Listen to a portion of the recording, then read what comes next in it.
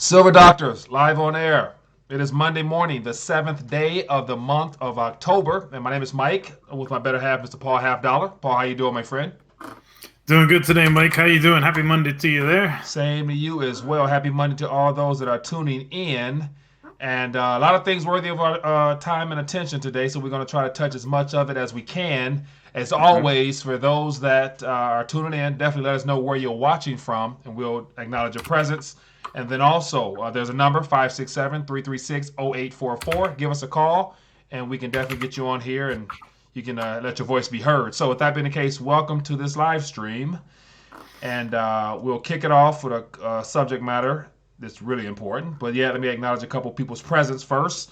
We Yep. got now is evolution. Yeah, pronouncing it wrong. So got a question there. I'll get back to that. We got Truth Seeker. We got Paul Green. We got low blood pressure. We got Adam M. What else we got here? We got Brandon. We got Rod B. Paul Green. Okay, so it looks like a lot of thoughts are out there already. So let's hmm touch on those if you want, and then we can get into our primary subject matter for this afternoon.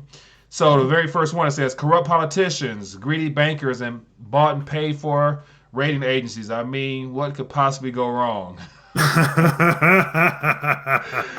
Oh man, you would think That- pension funds would dump money in gold. Great track record. Yeah, pensions. That's going to be a subject matter worthy of our time. What else we got? Corpus Christi in the building. Adam M says GE. What about GM2? GM2. Yeah. So yeah, it looks like let's go ahead and touch on our pension situation if you don't mind, Mr. Half Dollar. mhm. Yeah. So go ahead. You can go lead the way. Okay. Yeah. Welcome everybody. Thanks for tuning in. I'm excited today because this is totally unscripted. We almost went live today, so this is going to be a good one. This is purely unadulterated, live, messing up on the fly. But we'll see if my links work today. All right, shoot them to me and I'll get them up. So here comes the first one. All right, let me Okay. I pop this think I'm up. better at this now. There we go, right there. Okay. So this is just the little background, right? But Okay. basically today, what's breaking is that GE is freezing 20,000 current employees' pension Yes, benefits. sir. That's pretty big. Now I don't know how many, what percentage or who all these employees are, but 20,000 is still a large number. I don't know the total amount of employees that GE has worldwide. Mm-hmm. GE is one of these very big companies, right? It's more than just electricity. They're a top 10 defense contractor. I'm pretty sure they're the ones that are the parent organization for NBN and NBC, right? So, Mm-hmm. they have a lot of push and media propaganda. So, among other things, GE is big, right? So to Yeah. say that they're freezing these pensions, what I titled it is, over on the Silver Doctor side, is that, the pension Ponzi is imploding right in front of our eyes in real time. And this is proof of that. Because this article that I gave to you, it's talking about what they're doing is trying to pay down debt, right? But really what they're doing is they're not affecting current retirees. This is current employees who have yet to retire. So what is this? More people paying into something they're never going to get out. That's the Right. definition of a Ponzi scheme right there. Right. So some of the things that GE is doing is they've announced it, right? And it's starting in 2021. But one of the things that they're doing is they're going to be not adding on more pension. They're not going to be paying in these benefits to these current employees who are looking at this pension and retirement system. And remember, people talk about getting locked into jobs or well, I can't move because I got health insurance, or well, I can't move because I got a good, I can't switch jobs because I got a good pension program. Well, this is proof that if your biggest companies in the world can't even successfully run their own pensions, how in the world are smaller companies going to be able to do it? Right. And there's a few points I want to make about this real quick, Mike, and I'm kind of all over the board as always, and I apologize, No, but go here's ahead. a few points, right? The first point is terms and conditions change, right? That's point number one, right? If I have ounce gold in my pocket, that doesn't change. That's 1 ounce of 999 fine gold, right? If I have a 1 ounce gold eagle. Yeah. Now, if it's a gold buffalo, it's 4.9 and it's real fine. But that doesn't change. But that money that people think they have in their retirement plans and their pension programs and the 401ks, that's subject to change. And there's not one thing a person can do about it, whether they like it or not, right? I mean, this is a scary proposition here, right? Yeah. This is what we call counterparty risk, right? Yeah. With that 1 ounce gold coin in my pocket, I'm the only person that controls it. But with, someone else in control of my future retirement, I'm going to let some other people in a board of directors, just like that very first comment said, with corrupt politicians and 30 Wall Street all in charge of this stuff. I don't think so, Mike. And then on top of that, here's a couple of the other points, and then I'll let you go. Okay. With your points. Here's a couple of the other points. So think about this. GE was the last original company to just get kicked out of the Dow. I think it was last year. Yeah. But so doing just a tiny bit of Google searching online, check this out, Mike. Here's the second link I'm going to feed you. Okay. This is from Fortune magazine for just in August of this year. And what they're talking about here is GE has been on a massive wave of stock buybacks for more than 10 years now. So think about this, right? Yeah. This company is massively in debt. They're trying to pay down their debt. But what have they been doing? They've been buying back their stocks to build up their share price, right? Yeah. But then the really scary and sad and pathetic part about it all is if you look at GE's chart, GE's stock is in a free fall. They're in an absolute free fall. So everything that they've been doing over the last 10 years is gone, and they've lost money on these stocks. So instead of, removing stocks from the float and increasing the value of those stocks and therefore the stock price, actually the opposite has happened, and the stock's like $8 and change today, right? When they were in the peak of this buyback in 2015, it was like over 30, like $40 a share. So this company, instead of doing the responsible thing and working to control their pension and rein it into control and get it into somewhat, better financial circumstances, they've been buying back their stocks, and it's done absolutely nothing for the company, right? And now these employees are getting screwed over because of this. So I'm kind of all over the board as always with that, but what are your initial thoughts about that, Mike? Great assessment. So I'm waiting on this thing to, for whatever reason, it's taking its time to load, but as it loads, there it goes. So I'll put it back up so people can see it. But so I've been intentionally following the whole pension fiasco for quite some time now, just because it's one of them things where it plays into how dumbed down society has been, and to where everyone has drunk in the Kool-Aid as far as being able and willing to trust the system for what it has been presented to them as, knowing all along. As you wake up and come to the realization that you've been lied to, that everything is labeled a promise, has been subjected to extreme risk due to monetary policy. And so I've been doing a lot of research on my end in regards to the whole pension situation, and uncovered a lot of great information that really got me to questioning anything that's not here and now, because whatever promise has been given to you, whether it's a pension, a 401k, IRA, Roth, or whatever you want to label it, they're all promises of future payouts based upon conditions that are today, not even considering monetary policy, fiscal policy in the future. So automatically right then and there is flawed, because it's saying that give us your best now and in hopes of you being able to get what you're promised in the future, and that doesn't work. So any type of promise whatsoever that comes outside of your own control, you run the risk of losing out on future rewards, and you're doing it at the sacrifice of today's enjoyment. So everyone's postponing the true happiness, true ultimate happiness, and quote unquote opportunity to become your own boss for the most part, in hopes of gaining that freedom in the future with recovery of some type of promise. And therefore, it reinforces my lack of confidence in this system even more, to sum that up. It does. And it's right. And they're going to end up being broken promises. Promises not kept.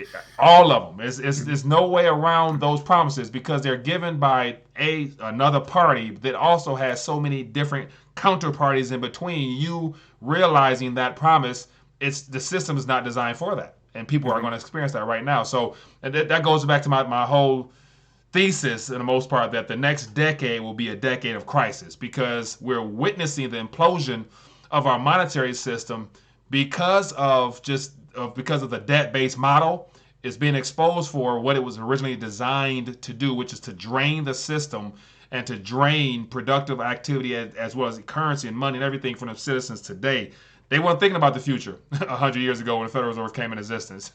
And so now we're witnessing the end of it and the introduction of something else. So, yeah, that's me. That's my little rant. Go ahead. Yeah, those are great points. Just personally, like I've been married now for 18 years. Mm-hmm. And, personally, my wife and I have never made a promise to each other because think about the whole concept of a promise in and of itself. That implies that there's some sort of level of distrust there. If you got to say, I promise, right? Like we promised to pay you back after you paid into the system for 20 years, well, sorry, we couldn't keep that promise, right? That implies doubt. That implies some sort of like trust issue there, right? So, it's all fine and dandy that they're making all these promises right now, but pretty soon, nobody's even going to believe these promises anymore. Right. So not only are they going to be broken promises, but they're going to be shown to be something that, well, why are we even believing this promise in the first place? And then here's another thing to think about. And this is another one of the topics I want to talk about today. One of my favorite topics, inflation. But think about this too, right?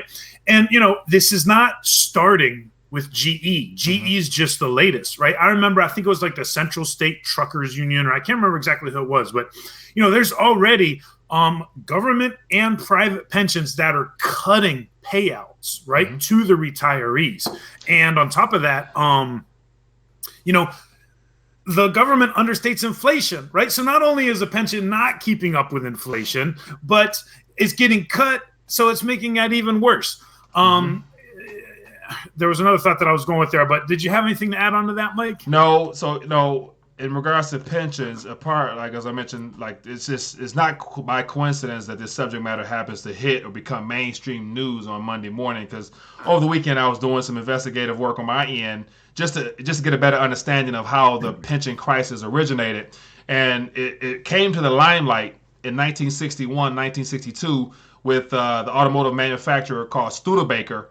And Studebaker, at that same time frame of the mid-'60s, they went out of business, and they had on their books 5,000 plus employees and retirees that were promised pensions. And as a result of that activity there, the government had to step in because the company closed and filed for bankruptcy and therefore wiped off all their liabilities. Because people probably forget or don't know really that a pension, i.e. all those other instruments that are given to us, they're liabilities on somebody's books, and they're an asset to you, but they're a liability to the corporations as well as to insurance companies or financial institutions that are holding those things. They're on their books as a liability as well as an asset. So at the end of the day, their whole responsibility is to make sure they do whatever it takes to get you that money back. But if you factor in the economy and all stuff like that, there's a lot of things that's outside their control. But back to Studebaker. So once that company went belly up, that's when the government really got hands-on in investigating and then looking to put past regulation to help monitor. And then that's when they got into the ERISA Act in 1971. And from that, that's when we got more of a shift from the corporate responsibility of taking care of you for the rest of your life to they shifting it to the person themselves.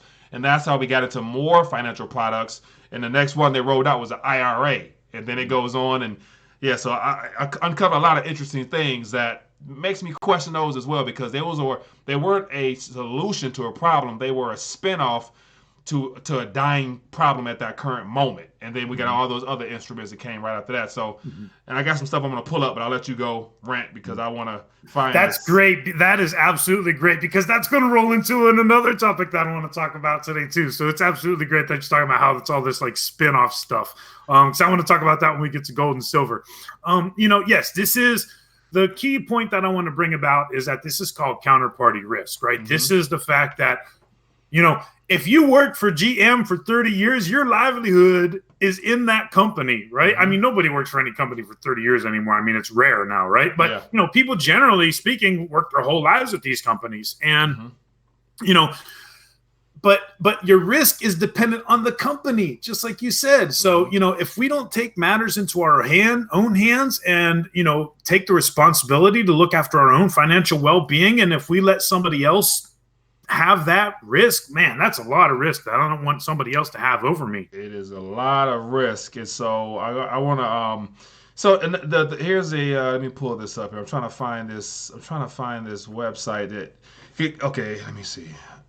There is I came like I did a video a couple years back that highlighted the pension situation, and it was something that came across my attention, and it had to do with I think it's let me see, it's an act of there's been a couple of different legislative acts that's been put in place to regulate more and control more and to overpass oversight, and so it's become public information now for corporations to have to share their status of their financial dealings, and so every year it's required mandate that pension trustees send letters in the mail to recipients, current and incoming, about the status. And so I did here, as you guys can see, if you go to departmentoflabor.gov/agencies, EBSA, you can actually read the letters that go out to the public. And so last week especially, I've been reading these letters, and so they get so serious because some of they're listed critical and declining status. They'll tell you what the percentage of actual funding is available, and they give you a projected time frame that the currency will run out. And so in reading some of these, I'm gonna actually pull up one. So and currently there's about 52 that were sent out this year, and they're labeled critical status. So this is as of August, literally 30 days ago.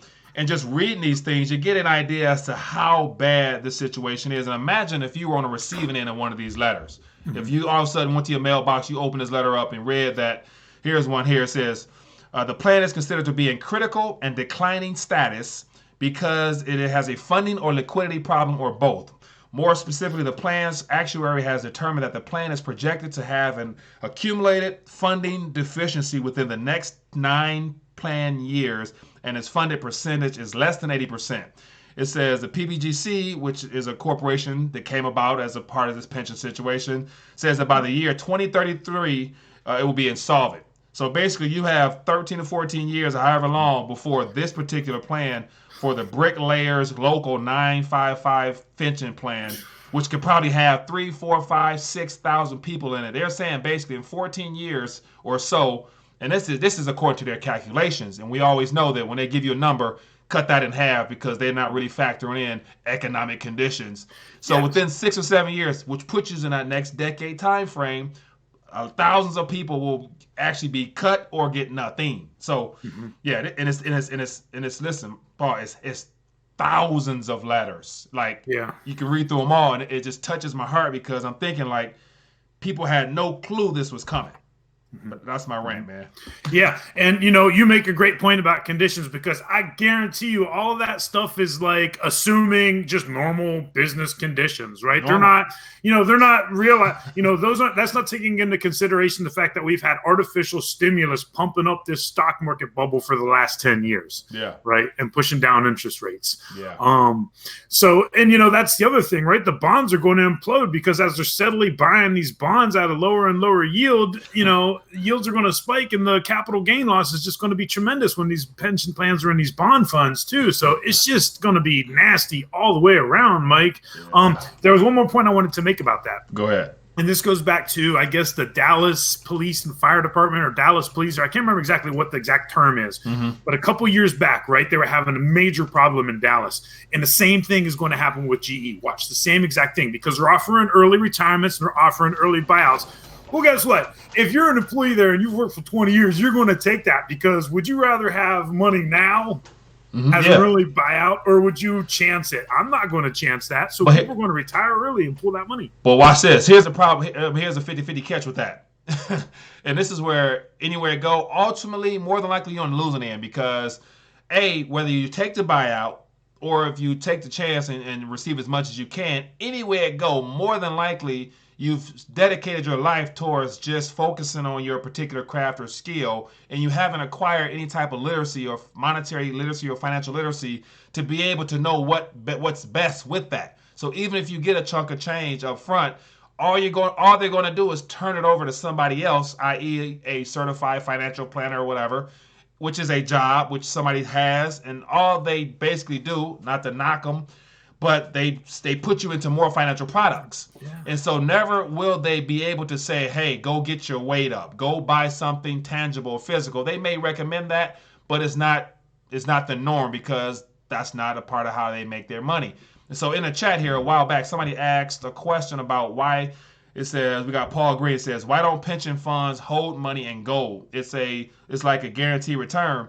Problem is, from the investment world standpoint, that collaboration with the government is that you can only primarily buy things that are considered safe returns, and that's been government bonds and government issued debt for decades. So it's like by mandate, financial institutions have to encourage you to buy debt and equities, because that's what's been labeled as safe.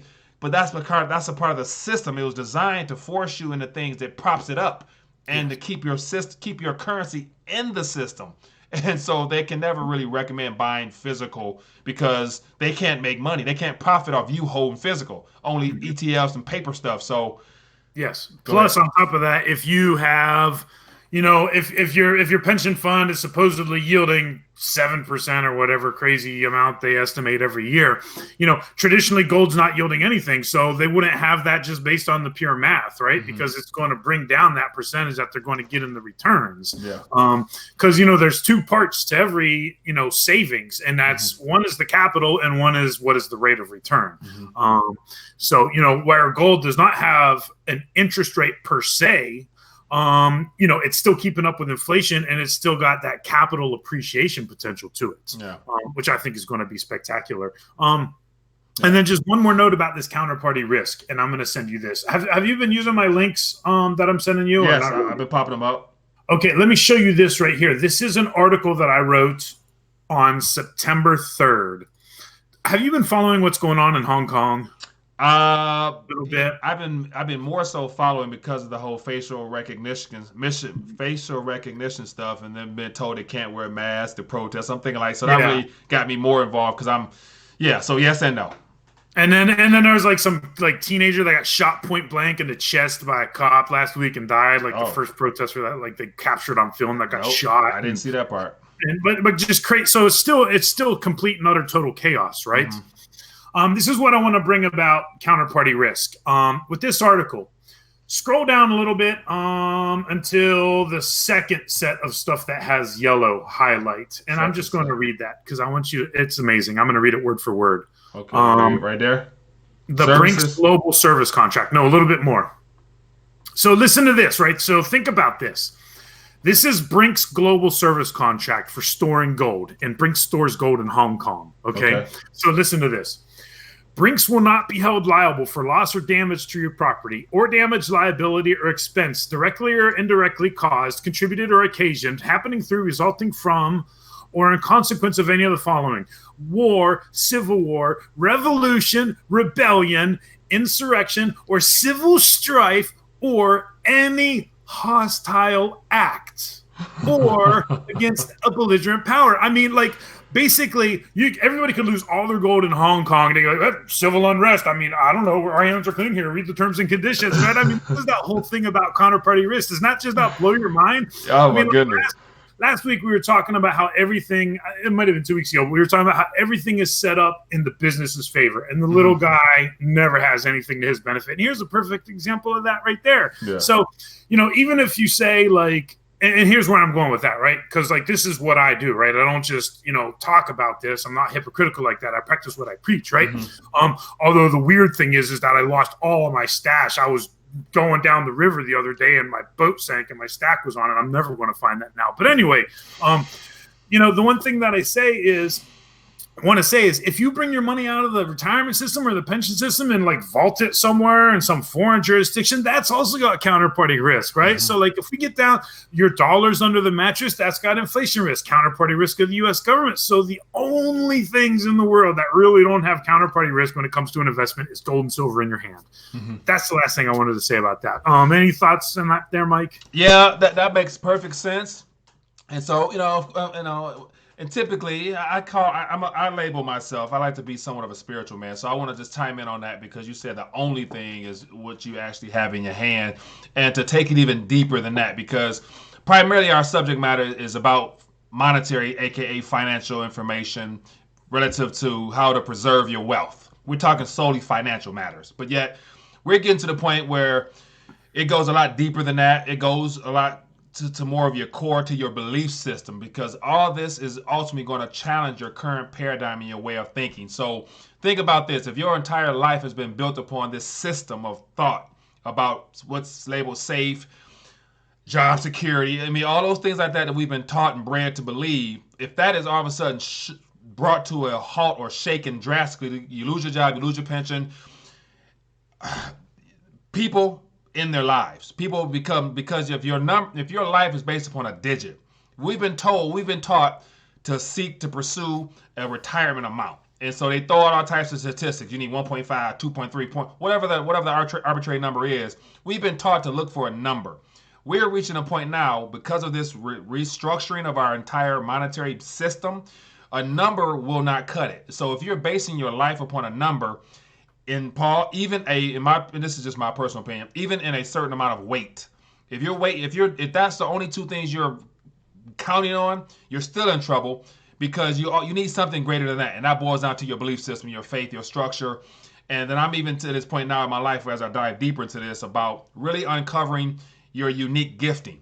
And so you mentioned about holding gold, physical, silver in your hand. That's a financial matter. But at a deeper note, for me, it's like uncovering your uniqueness, your gift, because your gift doesn't have a dollar amount on it directly, because it's what you're giving to the world in the form of value. And if you're giving value, it's always going to be worth something, regardless of what part of the planet you're on and what currency is denominated in. And so, yeah, I just felt that I wanted to share that, because it's basically you. You are your biggest asset. Your will, your gifts, your skill is what will get you through anything if you believe in yourself. So problem is, a lot of people don't have that approach. So I think that's something worthy of considering as well. Yeah, a lot of people don't have that approach. I think you said it great, just like that. Absolutely. I go down the generic cheesy route and say, skills in addition. So you just like totally took it to a higher purpose, which is awesome, right? Because that is important, right?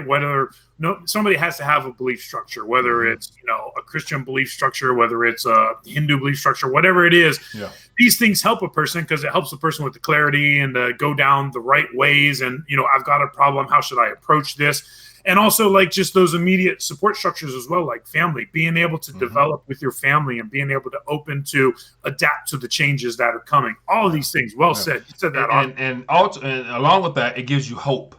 Because without hope, what are you doing? What is this for? Like, so it gives you something to either envision or reach for. That keeps you going in the midst of chaos. And that's the current time frame we're in now. And also, while we're talking, so I figure I just, I got an article I want to share as well. And so this is something I just came across. Let me try to, because this is more of the season that we're in. And so I reference about job security. So that's another paradigm. Because if I went even deeper, of course I have to take it back to the spiritual essence of things. And so just the very concept of employment is changing in this next decade. I got a thought pattern about that as well. Everyone's more so going to be forced to become affiliate type of employees because of the automation aspect. And so employers will not need you directly. They'll need your service though, but they'll not need you directly, because they'll have other people and other things making stuff. But here's an article here that I just came across. I'm not sure if it's old or new, but it says incoming HP CEO announces 7,000 to 9,000 layoffs as part of major restructuring. And so I started off this year on my channel about talking about this year, 2019 being the year where we have the most announcements of layoffs heading into 2020. And so every restructuring plan is given upon current data for all these corporations. So we have an incoming CEO who's just given the balance sheet or the financial books of his current role. He's been in the job maybe a week or two, whatever. And automatically he looks at a number and says, okay, we got to trim off how many ever, billion. That equates to 7,000 to 9,000 based upon current data. But yet by the end of this year, that data is going to change. So all these arbitrary numbers of 7,000 to 9,000, that's just the beginning. So I automatically say if they give us a number, double it or triple it, depending on who the source is. And when HP say 7 to 9, I automatically say 14 and 18. Just because that's what that will be priced in as things really deteriorate once we get into 2020, 21, and whatever else comes. So Job security. Ain't no such thing as security no more, my friends. And so this is not a scary time. It's a time where you can say, okay, now it's time for me to now take more charge of my own life and less on depending upon the system and other people, and get back to the basics of what it was supposed to be about, as opposed to what we were taught or not taught in school. But yeah, I'm doing too much ranting. I apologize. No, that was great. Yeah, that's excellent. And those are really good jobs, right? I mean, if you work for HP, that's a really good job. And if you lose that, these people who have all these pensions with GE, those are really good pensions, right? So all of these job losses, all of this pension crisis, we're not talking about, a teenager getting their first job at McDonald's. We're talking about, lifelong work. We're talking about careers. People have went to school, got bachelors, got masters, got PhDs, and they invested in themselves to get these type of jobs and thought that they were going to have security. They thought they were going to have 10, 20, 30 years worth of service to this company. And then, of course, along the way, enjoy themselves, but then really enjoy their life once they turn 65, 60, or whatever that number is that they plan on exiting the job market. And so everyone's going to be kind of ushered out of the job market in this regard, and from a security standpoint, a lot sooner than they could have ever imagined, not knowing what was brewing under the scenes with our monetary and fiscal policy and that whole system there. Well said. Yeah, man. All right. I feel like I've been ranting too much, Paul, and it's just one of the things. This is a very touchy subject matter because I'm overly passionate about trying to share my opinions. So I want to ignore anybody, and I'm assuming you don't want as well. So let's get to the chat because we might have a gang of questions over there, but we ain't bothered to look over there. Because you're like one of the leading experts in retirements and just understanding how it really goes down. That's awesome. Man. I just feel like this is a part of something that it's a greater calling on my end. That's all. All right, so let's get it over. So as always, apologize for ranting. Hope you guys been enjoying the back and forth, but it's all meant to give you something to chew on, to think about where we're at and where we're going. And you play a major role in it for your own life individually, and you should not expect any promise or any person to do for you what you should be doing for yourself. The problem is we just, it's never too late to grab a hold of reins for your own life, in my opinion. So as always, highlight at Silver Doctor so we can see what's going on and we can answer your questions. And so, Paul, if you don't mind, take a look and glance, see if you see any questions in there, because I see a lot of chit chat back and forth. Okay. Let me see here. No highlights, I don't think. And as always, if you want to be on the show, feel free to call in 567-336-0844, and we'll take your questions directly. Let me see here. I don't see any questions. I see a lot of chatter, but not a lot of questions. It says, Rockwell says, I work for GE, and we all got the letters last week. We will be receiving an opportunity to take a buyout on our pension plan. From what we have been told, most buyouts will be around 20% of value. Oh, 20? Man. Come on now. That's more than just a haircut. Oh, my goodness. Oh, watch this. Whoo, yeah. So, man, got a letter last week. So, Rockwell, man, I appreciate you for sharing that, or assuming that's a person, a young man, I'm not sure. But I appreciate you sharing that because that's a direct testimony of what is going on out there. And so a part of this whole pension situation is that I think I glanced at the article about GE and it referenced something about them having ushered in the 401k aspect. And so that goes into what I was saying earlier about transferring responsibility from the corporation to you. And the problem with that is that might be appealing to some people, but yet once again, if you're going back into the same process, they're giving you a different spinoff of the same concept and process of you parking your money in the system through another financial product. So once again, and then it falls more on you to contribute more out of your disposable income or pre-tax, post-tax, whatever they want to spend you product-wise. It was always designed to keep your money in the system. So yeah. So I want to say I saw something about them now encouraging people to really take a hold of the 401k aspect, where the company will probably match you 6-7%, or whatever they try to spin you off, as opposed to the pension plan, which was 100%. Yeah. And then the other thing we didn't even talk about is, and what's going to happen as this decade of, what have you been calling it? The decade of what? The decade of chaos. I haven't quite coined it, but I know the next 2020, 2030 is a decade of uncertainty. It's a decade of chaos. I like that. But it's only going to get more expensive because that's the other thing, right? Like it always runs out sooner than they think. And, it's always going to cost more, right? Because like, if there's health insurance benefits in these pension programs for retirees, that's only going to get more expensive, right? Because people are aging longer and medical care is only costing more every year. Yes, that's something we didn't even mention. So, I mean, it's just bad news all around. I feel for the person who's getting that kind of a haircut. If I had saved all my savings in the bank and they were going to say, well, you can only have 20 cents of it, 20% of it. Wow, that's a hit right there. That's and then also, last Friday, the bankruptcy situation. I'm not sure if I mentioned it already, but the bankruptcy situation in Puerto Rico kind of came to a wind. They wind it down. Yeah, I say again. Oh, you cut a little bit. Yeah, I remember that. Them too. They're retirees. They're getting haircuts. But go ahead. Yep. So basically, in thumbing through some information there, it looks like they're getting, I think, a 50% or 60% haircut. So the pensioners, bondholders, and the government came to an agreement, kind of, sort of, that they'll be willing to trim off half for sure of the debt. And it was something small in comparison to what the global debt is. To like, it was like 30 billion or something, like 70 billion or something like that for just that particular region. And so that bankruptcy is coming down to where it frees up a good portion of their tax revenue now.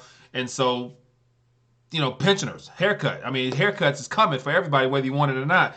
I just cut my hair, but it's not the type of haircut that most people are expecting to have. So, yeah, this is a tragedy. Like, we're about to witness something that will be like no other.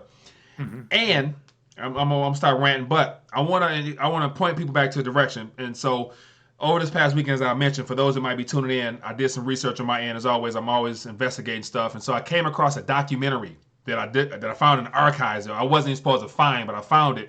So I'm going to be posting it to my YouTube channel at Rethinking a Dollar. So for those that are watching, make sure you can subscribe to there, because when I post it, you'll get a better understanding.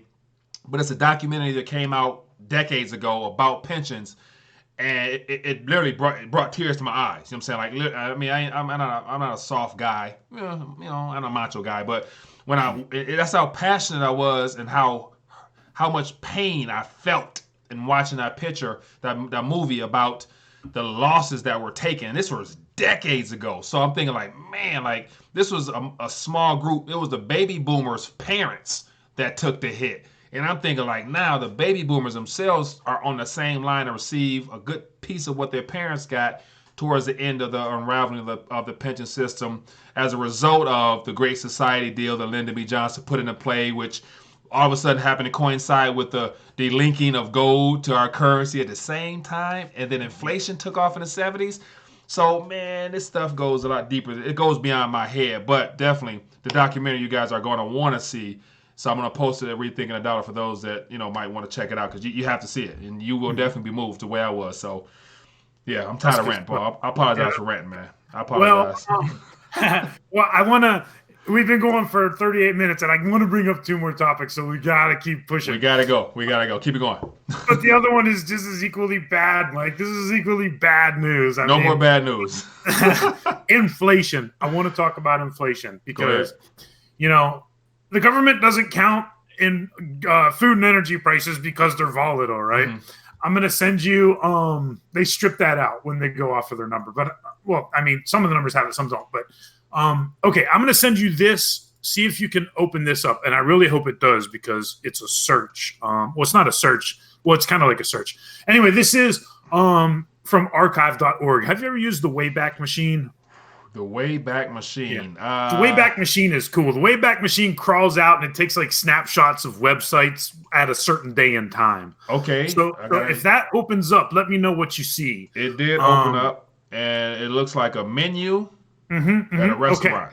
Okay. Now this is a place called Karama, right? Now I was married in 2001. This shows how many years I've been married, right? It's amazing. It's been, 18 good years, but this is from 2010. I couldn't go back because 2010 is the earliest that the Wayback Machine has, right? But I want you to scroll down to the specials and look at that early bird special. You see that there where it says 2 people can eat steak, shrimp, and chicken for $27.95. You see that there? Oh, let me see. Wait, Under specials, early bird specials. Early bird special. Yeah.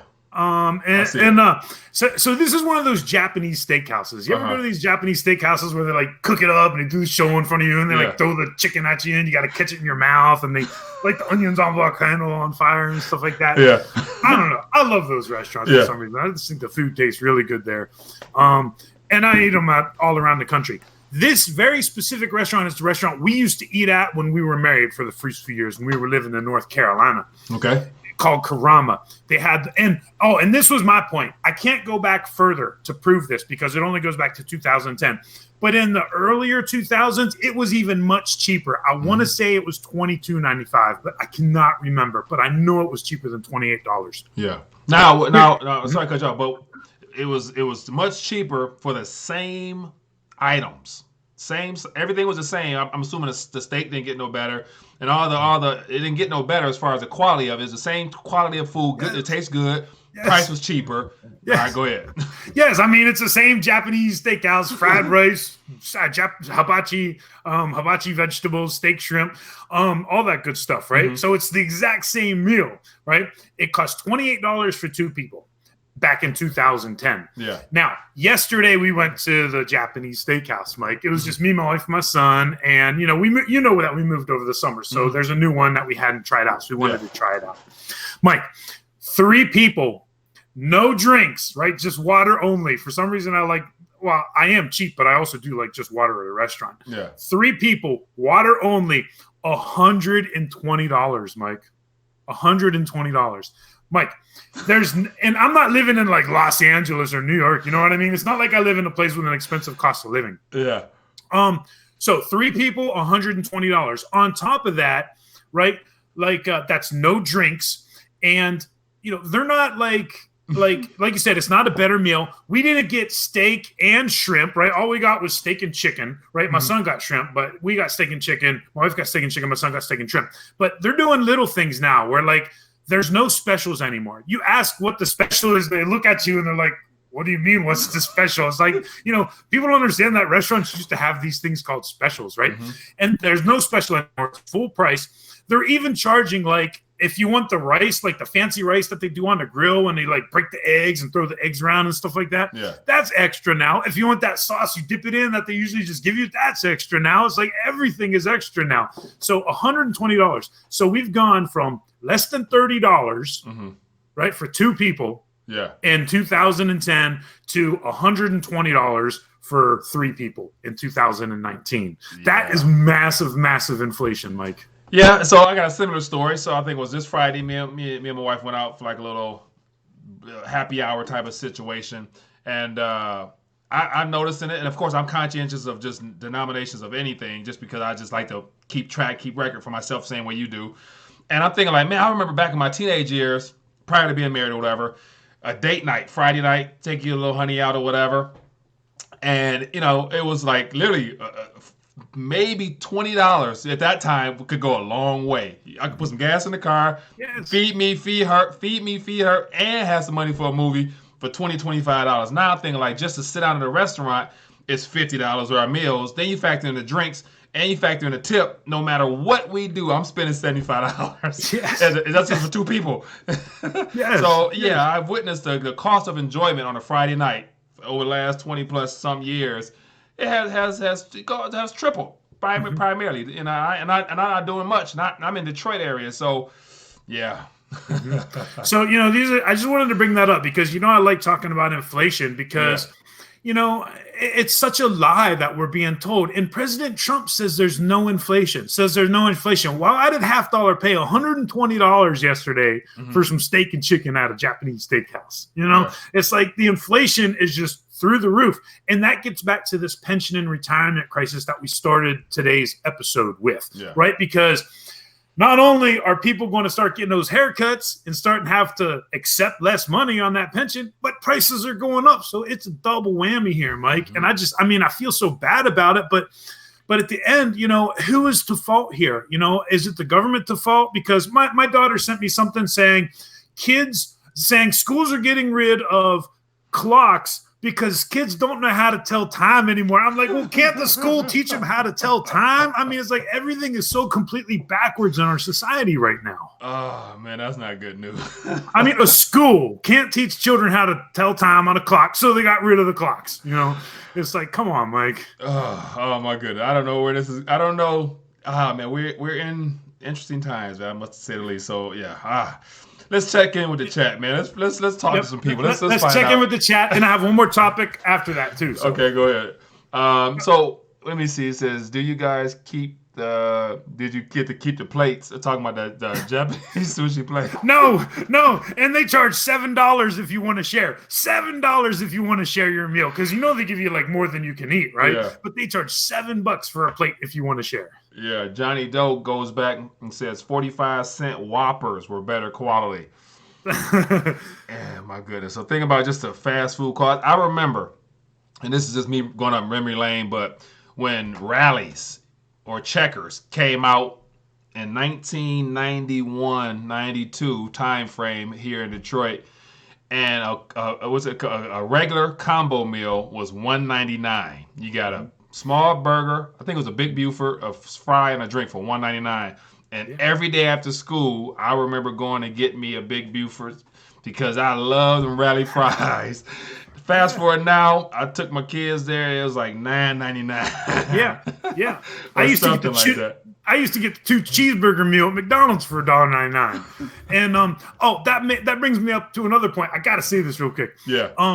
Like, I guess out west they're called Carl's Jr., where out east they're called Hardee's. But do you remember, it wasn't that long ago, Mike, they had this commercial on TV in this campaign. You remember it was like always some dude, and he was like eating some burger, and he was like, oh, and like ketchup was dripping down his throat. And it's like the new Hardee's $6 burger, only $3.99. You remember that campaign a few years back? And they were talking about like this burger was so awesome, you pay like $6 at a restaurant. Well, now the burger at Hardee's sucks and it's like $8. You know, it's like this. All right, well, probably got a call. Let's see what's going on here. Let me get this. Okay. Hello, caller. What's your name? Where you calling from? How are you? I'm doing good. You say you're from Atlanta?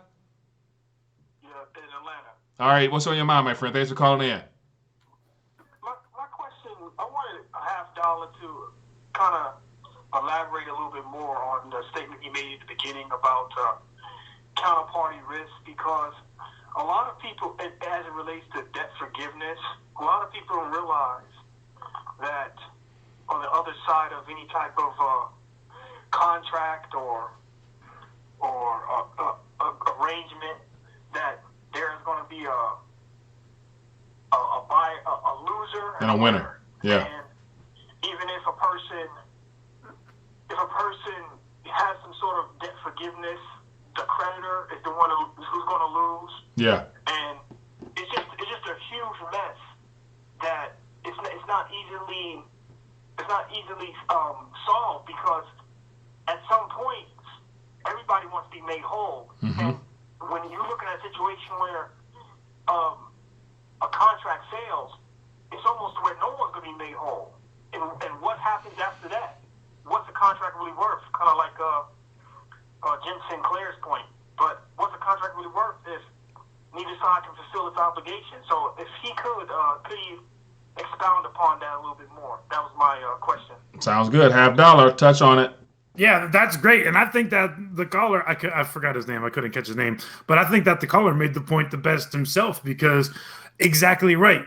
One person's debt is another person's liability. So, if I got a credit card and if I don't pay, well, that's the bank's liability that I'm going to pay. And reversing it, right? If I don't pay, then the bank has counterparty risk in me. So here's how they mitigate that. Have you noticed, like, recently that credit card rates are at an all-time high right now? Yes. So we have $17 trillion in negative interest rates. And we have, the 10-year note falling again. I don't know exactly where it's at right now, but it's fallen for 7 days in a row now, starting to price in another Fed rate cut at the end of this month. But my point there is that, yes, they all want to get paid because everybody wants to be made whole. So, like, if we look at the case of the credit card companies, when people aren't paying their credit card debt, well, what are they going to do? They're going to raise the credit card interest rate on everybody else. So that's how their banks are going to get whole on that. So what's going to happen with these pension plans? Because, yeah, somebody's going to want to get paid. So who's going to take the loss? So what's going to happen? The government's going to come in and step in and bail it out. I think you were talking about the Pension Benefit Guarantee Corporation, the PBGC. PBC, yeah. Yeah, and that's just like kind of like the FDIC or the credit one, and it's just going to be a massive mess. But ultimately, we're the ones that are going to be responsible for clearing that debt, right? Because it's going to be bailed out by the government, which ultimately falls back on the taxpayer. I don't know if that answered that at all, and I wish I could make it. I hope I'm making any kind of sense there, Mike. Yeah, and so I want to elaborate as well on that same thought, the fact that it takes two to party. It takes two to tango. It takes two to come to an agreement. If both parties are going to take a loss, it's the very system itself which created the very flaw. It's a flawed nature in general, which means that everybody loses. So for every asset, it's a liability. So cut it straight down the middle. Everybody taking a haircut. Everybody taking a loss because it boils down to what are you going to lose in? You're going to lose out on everything that you put up as an asset, and they're going to lose up everything they put up as collateral or payment or whatever. So everyone is going to lose ultimately, and that's the very inherent nature of this system because it's flawed and it's designed that way. Like, I mean, it ended up the fact that it's predominantly digital debt type currency itself. It doesn't have any substance to it, so it was always meant to be prolonged and to go on and on and on. They never factored in to the point where when the people who are responsible for taking out the debts no longer borrow, then what? That's where we're at now. People tapped out of actual capital to save. Now they got to continue to create and inflate. Right. And that's the thing, right? Because gold and silver provide the ultimate check. So when we say everybody loses, that's what we talk about when we talk about that great wealth transfer, because that's where it's going to go. So there's actually going to be some winners, and it's going to be the holders of gold and silver because that wealth is going to get transferred when everybody is losing. Yeah. Thoughts there, Mike? Yeah, I do agree. And so that's where, as I always mention, everything is going back to its original nature prior to manipulation and corruption becoming the primary system itself, and that's a good thing. We need honesty. It's a good thing, but as you just mentioned, that transfer of economic energy and storage of wealth is going to go back to what used to be and what is money. But yet, problem is nobody knows. I mean, nobody knows. We've been told that the promises are good. The promises are going to be good, but obviously that's not going to be the case. So we have another caller. Before you take your thought, hold it up. Hello, caller. What's your name? Where you calling from? How you doing, guys? It's low blood pressure. Corpus Christi, Texas. How's everything today? I'm doing good, my friend. What's on your mind this afternoon? Yeah, I just wanted to talk to you guys. I know you guys know, and just a lot of people that I know don't know about this whole credit card thing and then the monetary. When you go, you get a credit card, you're like, yeah, okay, I'm buying X, Y, Z. I'm spending dollars. That bank, that money doesn't exist, Mike. All that money is a ledger. All it is somebody typed on the computer, you owe $5,000 to Bank of America, or what's in your wallet. And you know what's in your wallet? Nothing. It's make-believe money. It doesn't exist. Right. And that's something everyone, unfortunately, will be introduced to in a very painful way. Low blood pressure. Appreciate you, my friend. Yeah, definitely. Go ahead. There was a case in Minnesota where a guy went to a court, and he said that since money doesn't exist, he didn't owe the bank anything, and the judge or the jury, it was in his favor because they said that it was a scam. Like the bank having a mortgage is a scam because they're giving you I owe you nothings, and they put it against your house. I don't know if you heard of it. It's in Minnesota somewhere, the court case. I did not, but I definitely will look it up. I appreciate that. Thanks for educating us on that subject matter, my friend. Thank you. All right, guys. Have a great day. Yeah, you too. Yeah, because that's the other thing, right? Like, who loses? Well, the bank can just write off that money that they created out of fractional reserve banking in the end of it. And then to make that even more of a realistic case, remember a couple of months ago we talked about in Canada how I think it was J.P. Morgan or some too big to fail bank decided to write off all Canadians' debts were wiped off from the credit card situation. So they didn't give us a number, but they wiped off every Canadian's debt. So yeah. Mike, I gotta bring this up. I gotta hit this topic, Mike. Go ahead. Okay. Because do you remember last week someone was asking what is, the Shanghai Gold Exchange entering in a deal with the CME Group going to look like? And I said I didn't have any kind of good feelings for it because I think it's just more paper. This is even something else to consider, Mike. This is starting tomorrow. This is something I didn't know about until just today, and I just sent you a link right there. All right. Barclays, right? Barclays is a bullion bank. So think about the conflict of interest in this, right? Barclays Capital is a bullion bank with the CME Group. But Barclays on the New York Stock Exchange, on the NYSE tomorrow, is starting 2 brand new gold and silver ETFs, Mike. Ooh. And no lie, these names are called G-Bug for Gold Bug and S-Bug for Silver Bug. Well, they're not ETFs, they're ETNs, right? Kind of same thing, right? Think about this though. If you read that newswire, it literally says, and I'm just gonna read like one sentence from this right here. But it literally says, and I gotta find it. I see a sentence right here that stands out. It says, "We are always looking to create the most efficient products possible for investors." So right there, possible products. They produce another product that people are going to actually give their hard-earned money to. And it's just a product. It's not something of substance and value. It's a product. Yes. Go ahead. And delivering a product that we believe deserves consideration by any asset allocator seeking exposure to precious metals. You see that? They're not seeking precious metals. They're seeking exposure to precious metals. So this is just another one of those examples of just throwing in the paper gold and paper silver derivatives. People think they're getting gold. I don't know what they think they're getting, but they're definitely not getting gold. All they're getting is exposure, and they're not even getting exposure to gold. They're getting exposure to the price. They're getting exposure to a note. They're getting exposed to another digital traded note, it says. Yeah, and it's zero fee, right? So there's no fees to go in and out of these trades with this stuff. Yeah. Now, obviously, the broker could have fee, right? But that means zero fee as far as like your maintenance fee for maintaining the ETF and things like that. Yeah. But yeah, that just goes to show you. I just wanted to bring that up because that's starting tomorrow, and it's just adding on and piling on. Barclays, I think their headquarters are out of London, right? But they're one of these 30 banks too. They're in there with COMEX as one of the bullion banks. So they're just trying to keep this paper gold and paper silver scheme going a little while longer, Mike. Yeah. Yeah. And so expect more products, as this article says. They're going to give you more products. And so if you know that the products, once again, as we mentioned earlier about all the risk in between, it's you and your substance at the end. They're giving you something in the middle called products to get to that. Why not just go to that yourself? I mean, in my personal opinion, I personally would rather just go right to the gusto. Give me the good stuff, and you can keep your products. And that's the thing, like, we're in an environment where I personally, because I don't really have much confidence at this current time in everything that's been spun out to us, I'm not the type of person that needs to go out and go chase gains, go chase yield. I don't want to chase it because more than likely, because the system itself is going to bring it to me if you are holding something tangible. Just because the system itself, it's going to implode on itself. Therefore, you're going to be left with the only thing that is actually real in your possession, which will always have value in itself, which will always command some type of currency denomination of some kind, depending on what they spend out at us, continuously. So, yeah. And even if it doesn't demand currency of some kind, it is currency, right? Exactly. So so you can always give it to somebody for something else. Exactly. Oh, man. So before we will get ready to wind down, we're approaching an hour point. I haven't checked the actual price of money as of today. What are we looking at?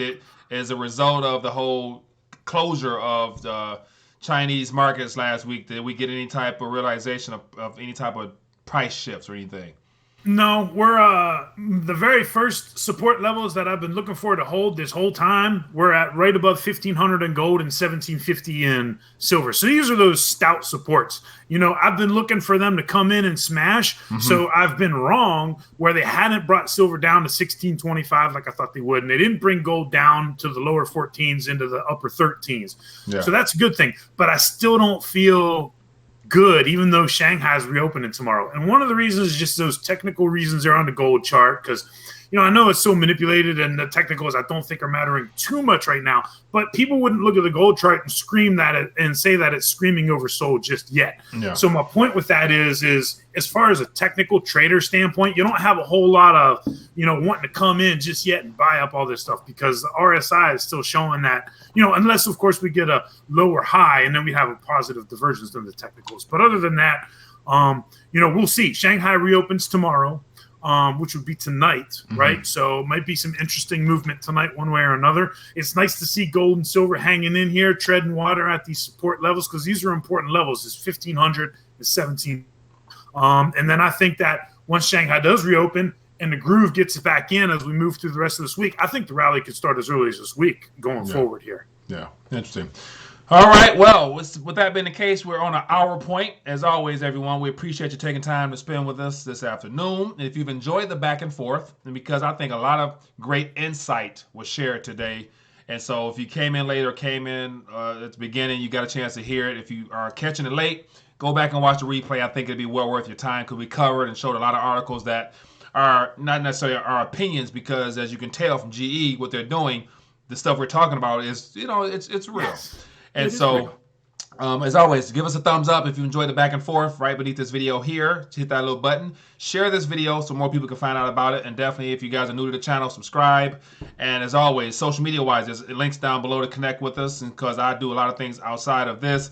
And so, as I mentioned earlier, a little plug about putting out a documentation on pensions just from decades ago that it will definitely touch a nerve, because you'll get a chance to experience it directly, it's emotionally, whatever. So Rethinking the Dollar is a website, or the YouTube channel. Go there and it'll be posted there. But other than that, Paul, any last thoughts, anything you want to leave us with before we sign off? Nope, that's it. We'll be back same time on Wednesday, and Mondays are a thing now, so we're going to do our very best to keep Mondays into this loop, just like we do Wednesdays. We'll be here, dependable, reliable, week in, week out, and we'll be up to talk about the latest news of the day, Mike. Yes, sir. As always, tell a friend, join us on Wednesday, same time, same place. Peace.